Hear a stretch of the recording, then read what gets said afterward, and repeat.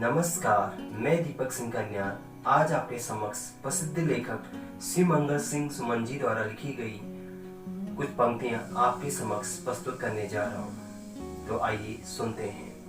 इस जीवन में बैठे ठाले कुछ ऐसे क्षण भी आ जाते हैं। इस जीवन में बैठे ठाले कुछ ऐसे क्षण भी आ जाते हैं जब हम अपने से ही अपनी बीती कहने लग जाते हैं। तन खोया खोया सा रहता है, मन उर्वर हो जाता है। तन खोया खोया सा रहता है, मन उर्वर हो जाता है। कुछ खोया मिल जाता है, कुछ मिला हुआ खो जाता है। लगता सुख दुख की स्मृतियों की कुछ बिखरे तारों को मैं बुन डालूं। लगता सुख दुख की स्मृतियों की कुछ बिखरे तारों को मैं बुन डालूं। यूं ही सूने मैं अंतर के कुछ भाव अभाव सुना डालूं। कवि की अपनी सीमाएं हैं, कहता उतना जितना कह पाता। कितना भी वह कह डाले, लेकिन अनकहा अधिक रह जाता है। यूं ही चलते फिरते मन में बेचैनी सी उठती है।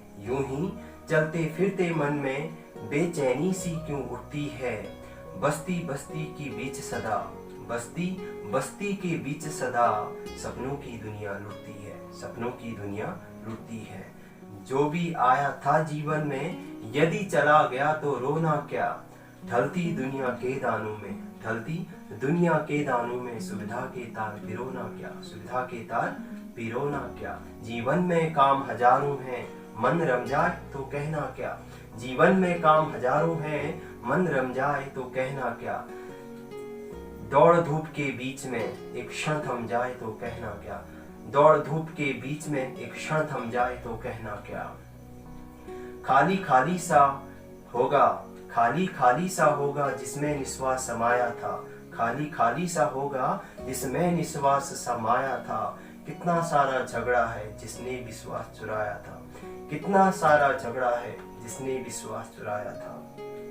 यदि सोनापन फिर भी साथ रहा तो गति दूनी करनी होगी। यदि सोनापन साथ रहा तो गति दूनी करनी होगी। सांचे के तीव्र विवर्तन से मन की पूंजी भरनी होगी। कुछ भी अभाव भरना होगा, चलते भर जाएगा।